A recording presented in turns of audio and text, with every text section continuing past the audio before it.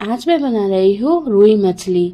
तो सबसे पहले जो भी मसाले इसमें डालूंगी जैसे टमाटर, पोस्तो, जीरा, धनिया पाउडर और थोड़ी सी हरी मिर्च और अदरक लहसुन। देन अब मछली में थोड़ा सा नमक, हल्दी पाउडर और मस्टर्ड ऑयल देकर अच्छे से मिक्स कर लूंगी। देन अब कढ़ाई में थोड़ा सा मस्टर्ड ऑयल देकर गर्म होने के बाद एक एक करके अब मछलियों को डाल लूंगी। देन फ्राई हो चुका है तो अब अच्छे से छान लूंगी मछलियों को।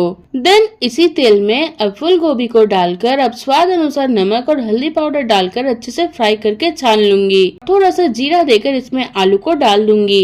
देन आलू फ्राई होने के बाद फ्राई की हुई फूल गोभी को दे दूंगी और साथ में वो पिसा हुआ मसाला और स्वाद अनुसार नमक, हल्दी पाउडर देकर अच्छे से भून लेने के बाद पानी डालकर आलू और गोभी को अच्छे से बॉईल होने के बाद एक एक करके फ्राई की हुई मछली को डालकर और थोड़ा सा गरम मसाला देकर कुछ देर तक स्टीम पर रख दूंगी। तो अब तैयार है रूही मछली पातला झोल।